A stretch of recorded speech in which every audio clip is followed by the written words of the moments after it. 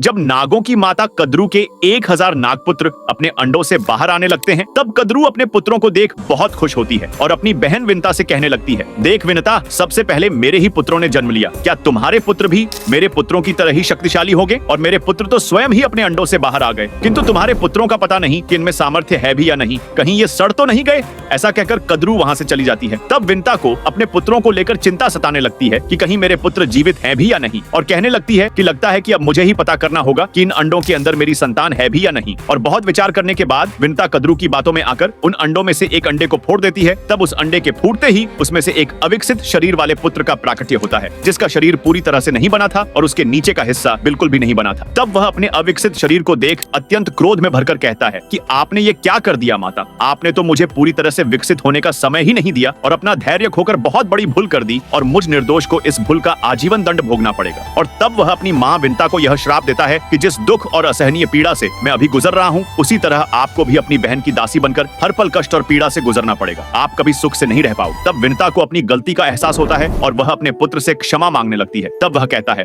माँ, यदि आपके एक पुत्र ने श्राप दिया है तो वहीं आपका ये दूसरा पुत्र आपको श्राप के बंधन से मुक्त कराएगा। और तब आगे क्या हुआ जानने के लिए कमेंट में पार्ट 2 जरूर लिखें।